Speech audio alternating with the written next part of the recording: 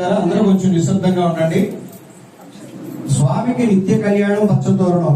ఎందుకంటే ఆపద మొక్కుల వాడు, వడ్డీ కాసుల వాడు, కోరిన వరాలు ఇచ్చేటువంటి దైవం. అటువంటి స్వామికి నిత్య కళ్యాణం జరుగుతూనే ఉంటుంది.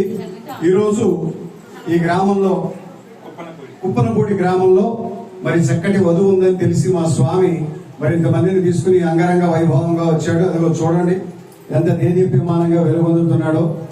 అటువంటి స్వామి మీ పద్మావతిని చూసి ఆ చేసుకుంటే ఆవిడనే చేసుకుంటాను, మీరు వెళ్ళి మాట్లాడమని చెప్పేసి పంపించడం జరిగింది.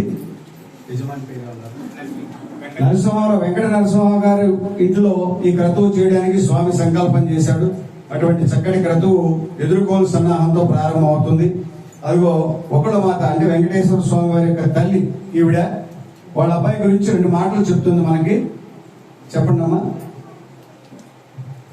మీకు ఏమేమి సందేహాలు ఉన్నాయో ముందుగా అడగండి. మీ అబ్బాయి ఏం చదువుకున్నాడు, ఏ కంపెనీలో సాఫ్ట్వేర్ ప్యాకేజీ అంత బోర్డులు ఉన్నాయి, అంతేనా?